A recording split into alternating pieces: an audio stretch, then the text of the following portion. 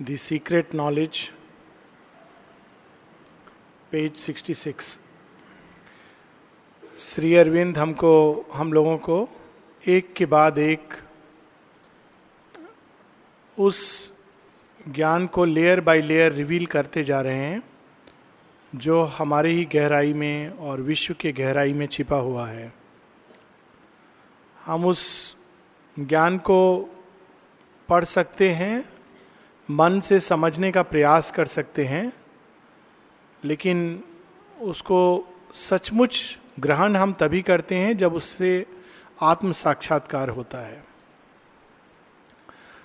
और ये ज्ञान वास्तव में हमारे अंदर जो दिव्य जीवन जीने का रहस्य है उसका ये चाबी है। लेकिन ये चाबी केवल पढ़ लेने से और पढ़ करके अप्लाई करने से नहीं। हर एक हम लोग पढ़ते हैं कहानियों में कि जहाँ बहुत बड़ा ट्रेजर छिपा होता है, खजाना, तो दरवाजे पर एक मैजिक वर्ड होता है। मैजिक वर्ड बोलने से दरवाजा खुल जाता है। तो ये भी एक मैजिक वर्ड है। यदि हम इसको आत्मसात कर लें तो दरवाजा खुल जाता है। लेकिन ये मात्र पढ़ने से, मन में रटने से नहीं खुलता है। इसको आत्मसात करना होता है। जितना अधिक इसको हम अपने जीवन में उतारते हैं उतना अधिक वो द्वार खुलता जाता है। तो मैजिक फॉर्मूला क्या है हमारे जीवन का?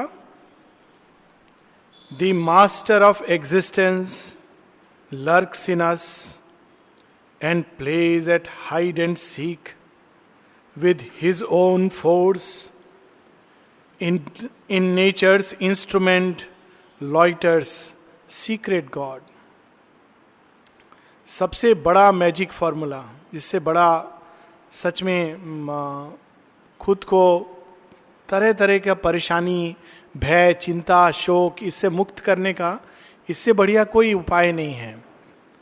मात्र इस एक लाइन को जीवन में उतारना, the master of existence lurks in us. ये बहुत लोगों ने हम लोगों को बताया है, मिस्टिक्स ने, संतों ने, योगियों ने। श्री अरविंद इसको अपने अंदाज में बता रहे हैं। क्या बता रहे हैं कि भगवान कहाँ है, ये सृष्टि का स्वामी कहाँ है, कहाँ मिलेगा, कौन सा देश में जाने से मिलेगा, पौंडीचेरी में ज़्यादा मिलेगा ना उड़ीसा में मिलेगा या दिल्ली में मिलेगा, वो हमारे अंदर मिलेगा। ये एक प्रथम सत्य है, जीवन का अंतिम सत्य भी है। इसको अगर हम नहीं पकड़ेंगे तो बाकी सब चीज व्यर्थ हो जाती है। The master of existence lurks in us, हमारे ही अंदर है। कैसे हमारे अंदर, कहाँ छिपा हुआ है? श्री अरविंद अब उसमें अपना एक नया निराला अंदाज, हर एक व्यक्ति का एक सत्य को रिवील करने का तरीका होता है।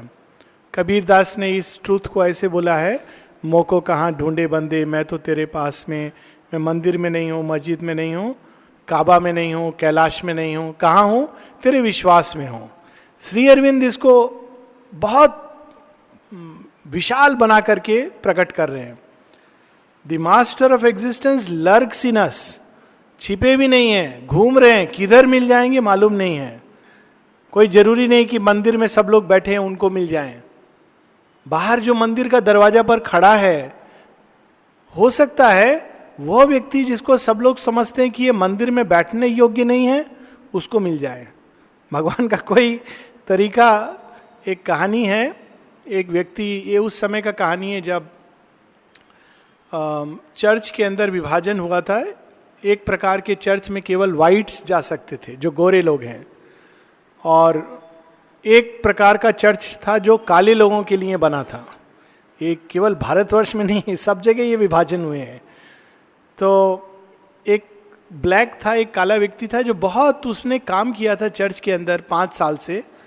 अचानक उसको बोला गया कि नहीं, कल से तुम ये चर्च में नहीं आओगे, जो काला लोग का चर्च है 5 किलोमीटर दूर, वहां जाओगे। तो उसको मन में बहुत दुख हुआ। बोला कि अरे, मैं इतना साल से आ रहा हूँ, ये चर्च का पूरा बड़ा खड़ा होने में मेरा मदद हुआ है, मैंने सेवा किया है, योगदान किया है, आज मुझे बोल रहे हैं तुम दूसरा चर्च में जाओ। ये विचार में वो बैठा हुआ था, बहुत परेशान था, दुख में था।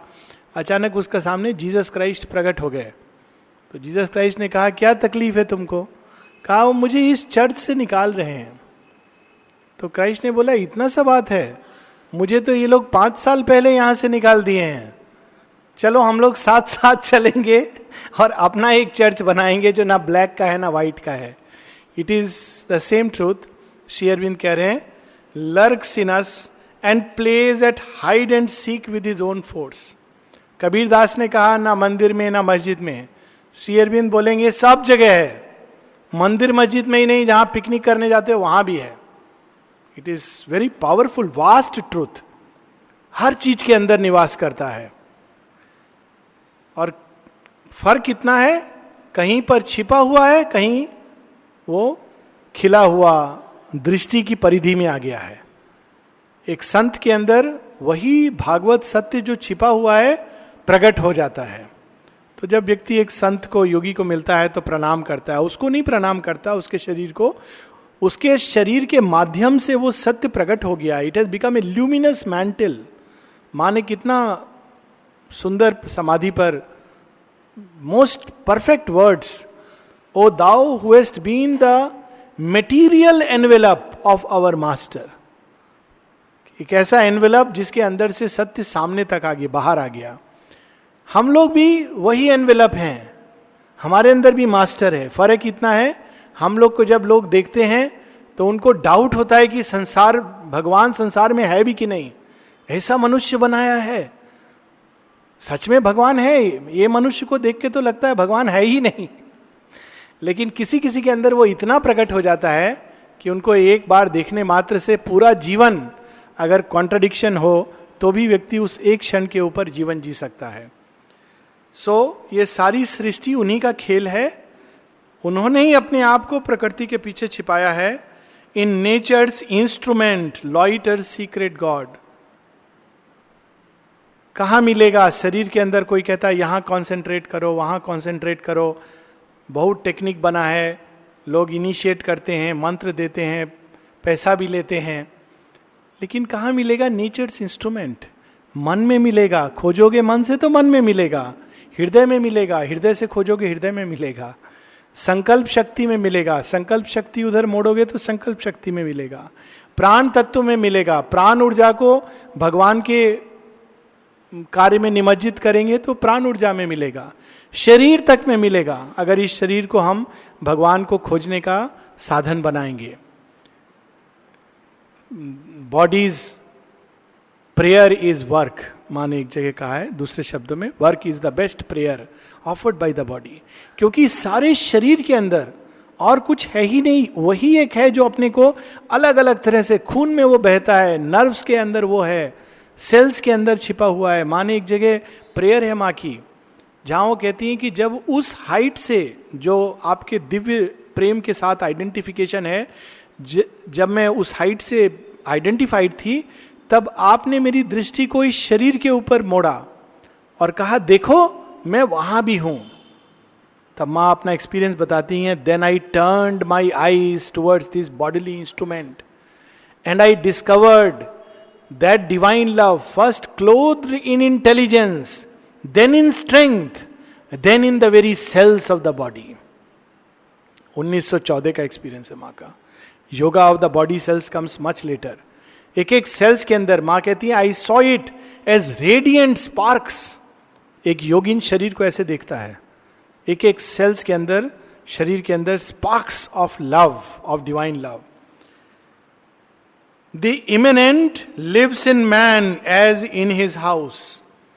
अब ये हमारा घर है, बाहर हम लोग सफाई करते हैं, बहुत क्लीन रखते हैं, लोग भी ये देखते हैं बहुत अच्छा रखा है डिपार्टमेंट को, घर को, कमरा को, इधर कितना क्लीनलीनेस है वो भगवान देखते हैं। So the immanent lives in man as in his house, he has made the universe his pastime's field. पूरा ब्रह्मांड उनका खिलौना है, खेल है, जिसमें भगवान एक बच्चे की तरह खेलते हैं। A vast gymnasium of his works of might. भागवत शिशु कैसे एक्सरसाइज करेगा? चलो थोड़ा मंगल ग्रह को थोड़ा देखते हैं, हिल सकता है कि नहीं। Vast gymnasium of his works of might. हम लोग पढ़ते हैं ना, हनुमान जी देखते हैं कितना शक्ति है, तो हनुमान जी जाकर सूर्य को अपने अंदर निगल लेते हैं. So that is the power that is within us.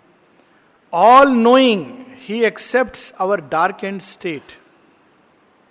ये नहीं कि भगवान वहां है, हम लोग इतने सीमित, खराब, बेकार मनुष्य. It's not like that. उन्होंने ही ये शरीर, ये चोला, ये प्रकृति स्वीकार किया है, सब कुछ जानते बूझते. Divine wears shapes of animal और मैन. किस रूप में भगवान का पूजा करना चाहिए? गणपति का पूजा अच्छा है कि हनुमान का अच्छा है?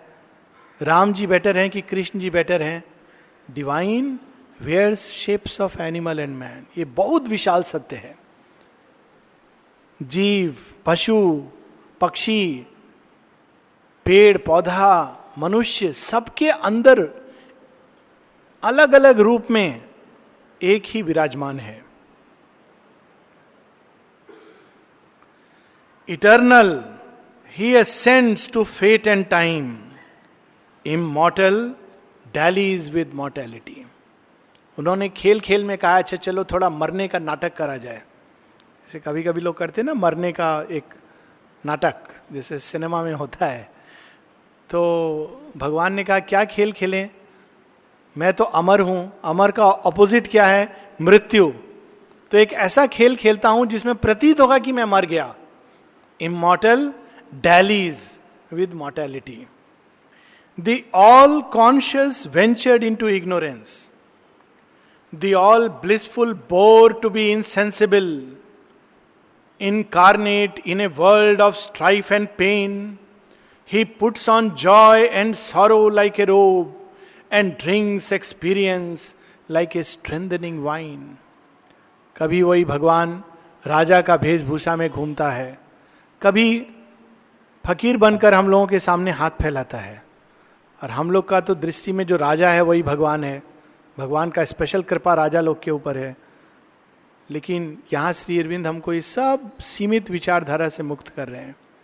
कौन जाने वो भगवान का फैंसी आ जाए कि चलो हम गरीब बनकर सामने हाथ फैलाएं.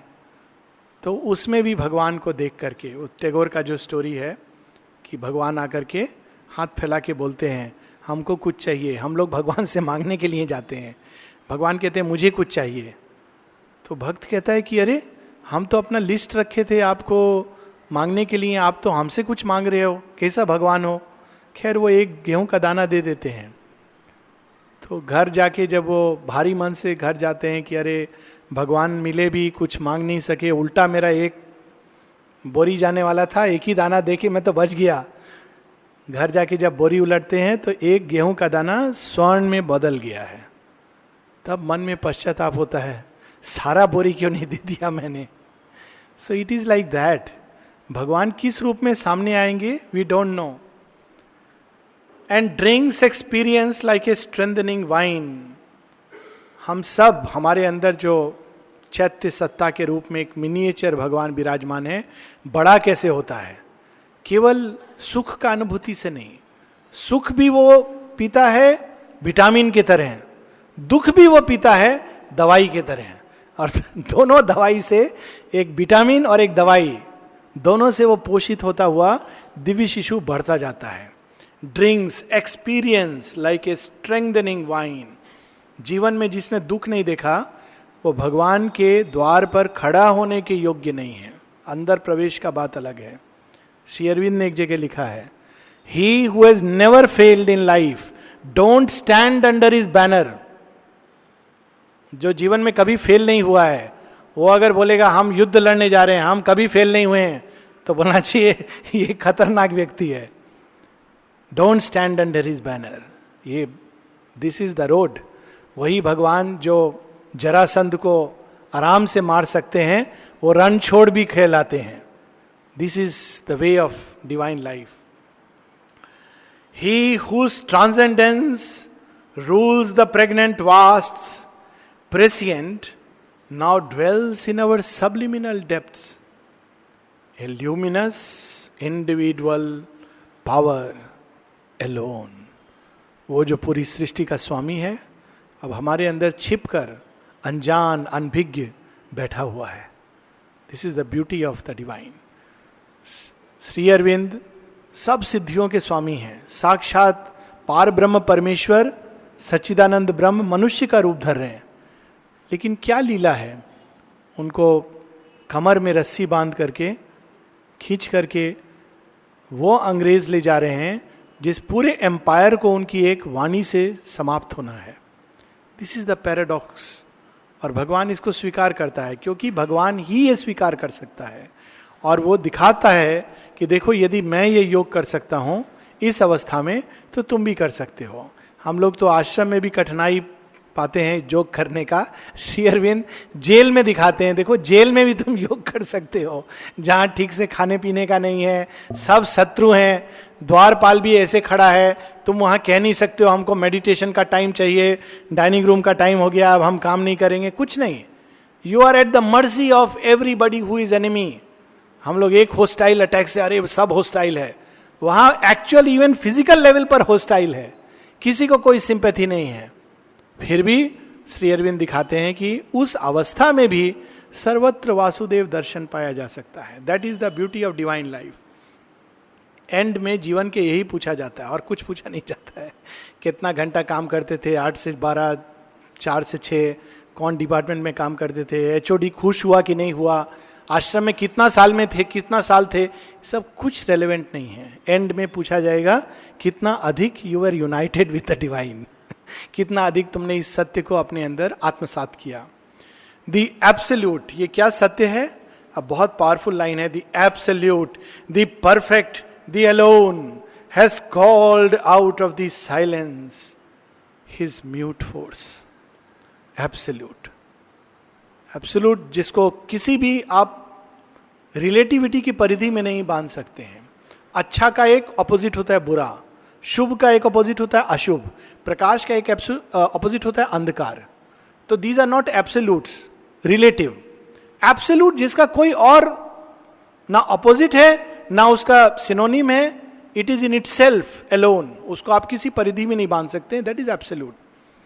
द परफेक्ट, द अलोन, उसने क्या किया है, सृष्टि की रचना कैसे की है, अपने ही अंदर से अपनी ही शक्ति को जो अंदर में चुपचाप नीरवता में सोई हुई थी उसको बाहर निकाला है. Where she lay in the featureless and formless hush, guarding from time by her immobile sleep, the ineffable puissance of his solitude.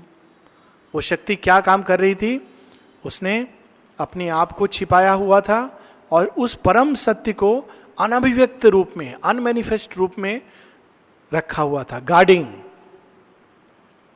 The absolute, the perfect, the alone has entered with his silence into space. So beautiful meditation it is. Space में कौन है? कभी कभी अगर हम एकदम शांत होकर रात को तारा को देखें, स्पेस को देखें, थोड़ी देर बाद हम लोग एक साइलेंस को पहले महसूस करेंगे, then we can hear the silence. It is a powerful silence of space. अगर थोड़ा पहाड़ वगैरह पे व्यक्ति जाता है या कम आबादी वाली जगह में, तो ज्यादा स्पष्ट फील होता है. उस साइलेंस में कौन है? भगवान है. कहीं देखने को नहीं मिलता है तो वहां तो हमको रोज देखने को मिलता है. Has entered with his silence into space, he has fashioned these countless persons of oneself, he has built a million figures of his power. ये तारामंडल, नक्षत्र, चंद्रमा, सूर्य, जीव जंतु, पशु, कीड़ा, मनुष्य, वृक्ष, पत्ता, फूल, सब कुछ वही बन गया है. He lives in all who lived in his vast alone. किसके अंदर है भगवान? एक कहानी है, एक आश्रम में, मोनेस्ट्री में सब लोग लड़ते रहते थे. तो धीरे धीरे जब जहां लड़ाई होता है, धीरे धीरे वहां से संपदा सब जाने लगता है. तो धीरे धीरे करके वहां से संपदा, व्यक्ति जाते जाते केवल 4 लोग बचा. तो बहुत बहुत परेशान की, क्या करें हम लोग.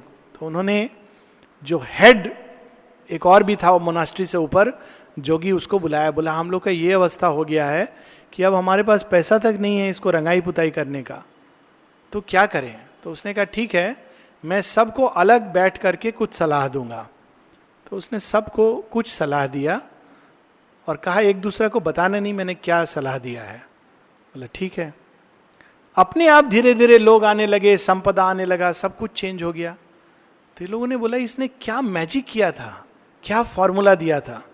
जब सब मिल करके आपस में मिलते हैं और उसको बुलाते हैं कि आपने मुझे क्या बोला मुझे मालूम है, दूसरे को क्या बोला ये नहीं मालूम है, आपने क्या किया जादू?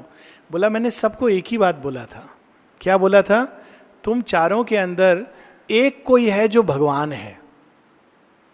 अब वो लोग नहीं जानते हैं कौन भगवान है, तो you can't take a chance, क्या पता इसको दुखी कर दें यही भगवान हो, तो भगवान को तो हर्ट नहीं कर सकते हैं। सो it is such A profound vast truth. क्या ट्रूथ है? he lives in all, simple truth, who lived in his vast alone, space is himself and time is only he। एक एक मुहूर्त में वही है और सृष्टि के अपार विस्तार में वही है। The absolute, the perfect, the immune, ये सब में उतरकर, स्पेस बनकर, टाइम बनकर, जीव जंतु मनुष्य का रूप धरकर, अंधकार में छिपकर, फिर भी उसका एक विशेष क्वालिटी है। क्या? He is immune. वो इन चीजों से प्रभावित नहीं होता है। एक बहुत सुंदर उपनिषद का, ईश उपनिषद का एक श्लोक है, भगवान का डिस्क्रिप्शन है, और डिस्क्रिप्शन में है वह जो ये सारी सृष्टि में फैल गया है, वह जो सारी सृष्टि में समा गया है, वह जो शुद्ध है, शुभ्र है, धवल है, निष्पाप है, निष्कलंक है। That is the divine essence in us. वो ना हमारे पुण्य से प्रभावित होता है, ना हमारे पाप से उसके ऊपर दाग लगता है। Immune, one who is in us as our secret self, our mask of imperfection has assumed. वो पूर्ण है किंतु उसने अपूर्णता का चोला पहना हुआ है। He has made this tenement of flesh his own, his image in the human measure cast, that to his divine measure we might rise। कितना पावरफुल सत्य है कि उसने हमारा रूप धरा हुआ है, इस शरीर को उसने स्वीकार किया है। वामन अवतार किस रूप में आते हैं? राजा बलि के सामने बौने के रूप में। विराट रूप में आएंगे तो राजा बलि उनका नख देख पाएगा। In our human measure. और क्या करते हैं? भीख मंगे की तरह। अगर राजा के रूप में आएंगे तो बलि से उसका अहंकार नहीं मांग सकते हैं, तो बामन रूप में, फकीर के रूप में आके बोलते हैं हमको कुछ दोगे? राजा बहुत अभिमानी है, सबको देता है, उसको यही अभिमान है। उसका एक ही वीकनेस था। क्या वीकनेस था? मैं दाता हूं, जी भर के देता था। तो भगवान उसी वीकनेस को एक्सप्लॉइट करते हैं। हालांकि वो एक वर्च्यू है, बट जब अहम का भाव है तो इट्स ए वीकनेस। तो कहते हैं ज्यादा नहीं चाहिए, 3 पग भूमि चाहिए। ओ 3 पग भूमि, अरे तुम 3 एकड़ मांगो हमसे। नहीं नहीं, 3 पग बहुत है। शुक्राचार्य उनको गुरु बोलते हैं मत करो, ये तुम जानते नहीं हो, ये भगवान है। नहीं नहीं नहीं, भगवान होगा पर हम तो दाता हैं। तो देना शुरू करता है तो 3 पग में पूरा सृष्टि, 2 पग में पूरा सृष्टि नाप लेते हैं। कहते तीसरा पग कहाँ रखूं? राजा बलि कहते हैं अब तो एक ही मेरा अहंकार बचा है, इसी को ऊपर आप पांव रख दीजिए। भगवान के साथ यही प्रॉब्लम है। छोटा सा उनको कोना दे दो बैठने के लिए, धीरे धीरे धीरे धीरे पहले वो कोना से बाहर निकल के आपका पूजा रूम में समा जाएंगे। फिर थोड़ा दिन बाद बोलते हैं पूजा रूम छोटा हो रहा है, फिर आपको किचन में, सिटिंग रूम में, लिविंग रूम में, बेडरूम में, बिजनेस रूम में, सब जगह चले जाएंगे। आप बोलेंगे यहां मेरा पीछा छोड़ दो, नहीं तो मुझे प्रॉब्लम होता है, मैं गलत काम नहीं कर पा रहा हूं, मेरा बिजनेस फेल हो जाएगा, मैं घर वालों को ऐसे नहीं बता पा रहा हूं कि मैं आपसे बहुत स्नेह करता हूं क्योंकि अभी मुझे केवल आपका ध्यान आ रहा है। तो भगवान कहते हैं क्या करूं, मेरा ये तो आदत है, मुझे थोड़ा सा स्थान दोगे तो मैं धीरे धीरे इतना विश्व विराट होकर सब कुछ ऑक्यूपाई कर लेता हूं. So he become small in our human measure, that to his divine measure we might rise. किसी ने श्री अरविंद से पूछा कि एक और भगवान कहते हैं कामना, वासना, इच्छा, ये सबसे ऊपर उठना है, फिर हम लोग जब इच्छा का प्रार्थना करते हैं तो क्यों देते हैं? तो श्री अरविंद कहते हैं जिससे कि धीरे धीरे तुम लोग उसको मांगने लगो जो सब इच्छा पूरा कर रहा है. एक टाइम तो आएगा जब तुम लोग बोलोगे ये कौन है जो मेरा प्रार्थना फट से सुन लेता है, यही पाने योग्य है. So divine first allows it, he becomes like us. हम लोग कहते हैं ये फूल रखने से हमको ये प्राप्ति होगा, हो जाता है. वही जब सोल डेवलप करता है तो एक फूल नहीं 10 फूल रख के बोलता है हमको ये मेरा कामना पूरा कर दो, नहीं होता है. क्योंकि भगवान कहते हैं now you rise to my divine measure. I have, तुम्हारे रूप में मैं बहुत दिन तक रहा हूं, अब तुम मेरे रूप में परिवर्तित हो. तो that is a good sign. जब हमारा प्रार्थना कभी कभी नहीं सुना जाता है, that is also a good sign, sign of graduating from दोलाफॉन towards perfection. Then in a figure of divinity, the Maker shall recast us and impose a plan of Godhead on the mortal's mold. हम लोग के जीवन का क्या बनना है, एक प्लान भगवान लेके अंदर छिपाए हुए हैं, ब्लूप्रिंट. और हम लोग को बोलते हैं अच्छा तुम अभी करो जितना प्लानिंग करना है. तो हम बिल्कुल डेविएट करते हैं, इधर जाएंगे उधर जाएंगे, ये करेंगे वो करेंगे. अंदर में उनको ठीक मालूम है, वो अंदर अंदर ये सब कुछ ले रहे हैं, स्टडी कर रहे हैं, ऑब्जर्व कर रहे हैं. फिर एक टाइम आता है जब सडनली एक घटना होता है और वो पूरी तरह हमको अपने तरफ मोड़ लेते हैं.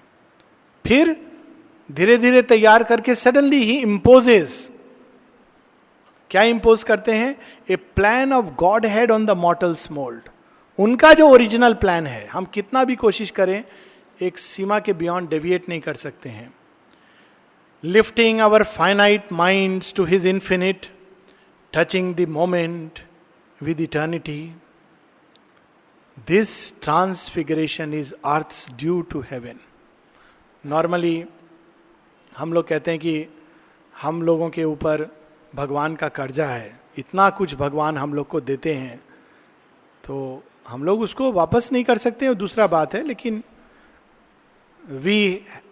हमारा बकाया है, ड्यू है.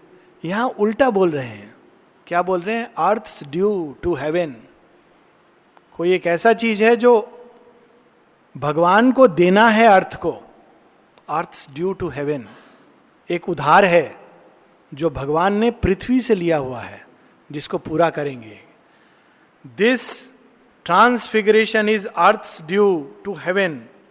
क्या ट्रांसफिगरेशन है, क्या उधार है? जब पृथ्वी की रचना हुई तो पृथ्वी को भगवान से दूर जाना है, अंधकार में जाना है, अकेला जाना है, उस अवस्था में चले जाना है जहां भगवान प्रतीत नहीं होते हैं. तो क्यों जाएगी वो? तो उसने भगवान से कहा मैं नहीं जाऊंगी. तो भगवान ने कहा कोई बात नहीं, अभी तुम चले जाओ, लेकिन ये मेरा ऊपर बकाया है, ये मेरा ऊपर तुम्हारा एक एहसान है. बाद में इसके प्रत्युत्तर में मैं तुम्हारे कण कण को ट्रांसफॉर्म करूंगा, ट्रांसफिगर करूंगा. This transfiguration is earth's due to heaven. A mutual debt binds man to the supreme. वही भाव है, mutual debt. His nature we must put on as he put ours. इसीलिए भगवान कभी जानवर का रूप, कभी मनुष्य का रूप धरकर बार बार पृथ्वी पर आते हैं. क्यों? ताकि because it is A due. जब तक हम रूपांतरित नहीं हो जाते तब तक भगवान पृथ्वी पर आते रहेंगे, ऐसा उनका परम आश्वासन है.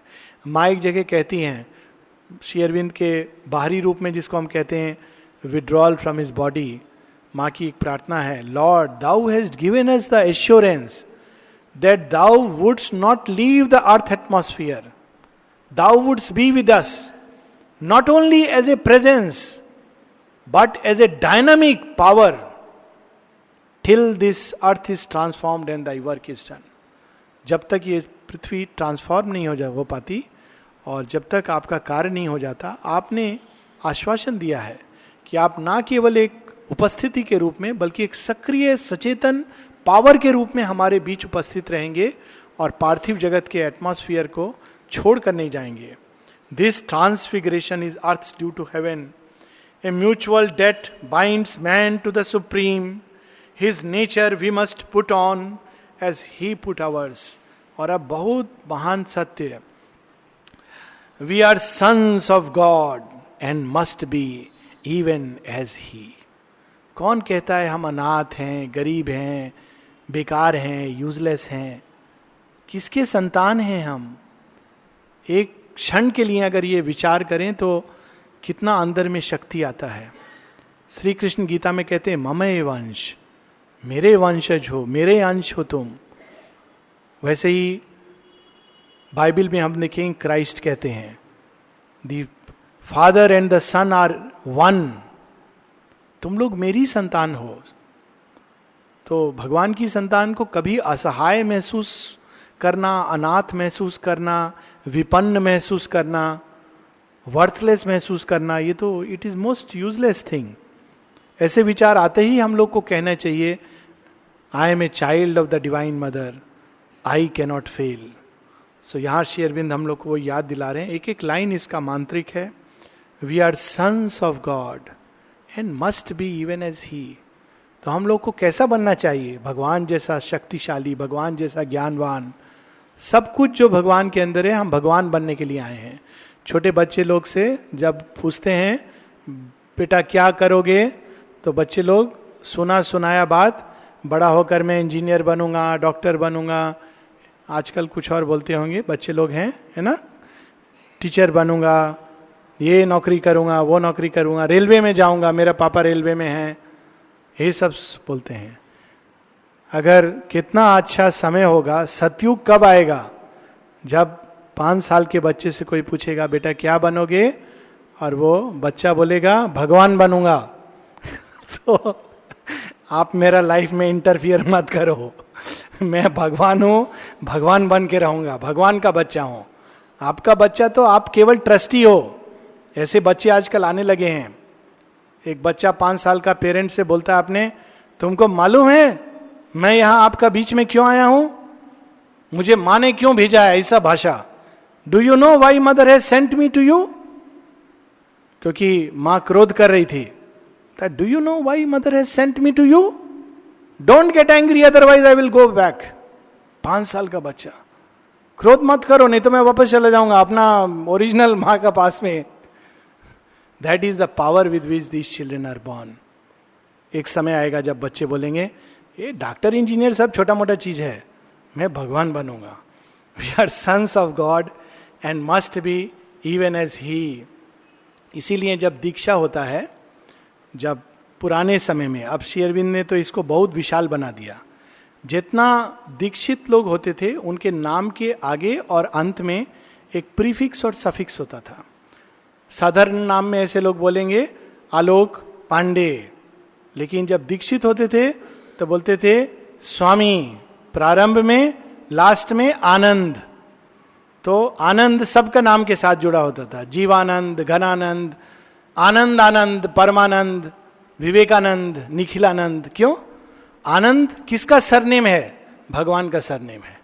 तो इट इज ए रिमाइंडर कि हम भगवान के संतान हैं. सरनेम सबका आनंद है. सो अब श्री अरविंद ने वो सिस्टम बदल दिया है कि सरनेम रखने से कुछ नहीं होता है, रियल आनंद को प्राप्त करो. नहीं तो आदमी इसी में खुश हो जाता है कि मेरा सरनेम आनंद है और नाम के आगे स्वामी लिखा हुआ है और मैंने गेरुआ कपड़ा पहना है. तो अभी श्री अरविंद ने ये सब हिपोक्रेसी नहीं, रियलिटी में स्वामी बनो. We are sons of God and must be even as he. His human portion we must grow divine. Our life is a paradox with God for key. हमारा जीवन एक पहेली है. हम लोग सोचते हैं कि इसका क्या कौन इसका हल दे सकता है. कोई ना कोई प्रॉब्लम रहता ही है, रोज एक हल है इसका. Our life is a paradox. लेकिन इसका एक चाबी है जो सबके पास है, सबके अंदर है, और वो चाबी है अपने अंदर भागवत चेतना की प्राप्ति, भागवत सत्ता के साथ एकात्म. Our life is a paradox with God for key. So we will keep the poem for next week probably. शायद नेक्स्ट वीक थोड़ा टाइम हुआ तो हम लोगों ने सोचा था कि महीना का एंड में अगर कोई प्रश्न हुआ या कुछ, तो एक पोयम है श्री अरविंद का, is this the end. So we will read something from Savitri also, and we will also read this poem, Is This the End?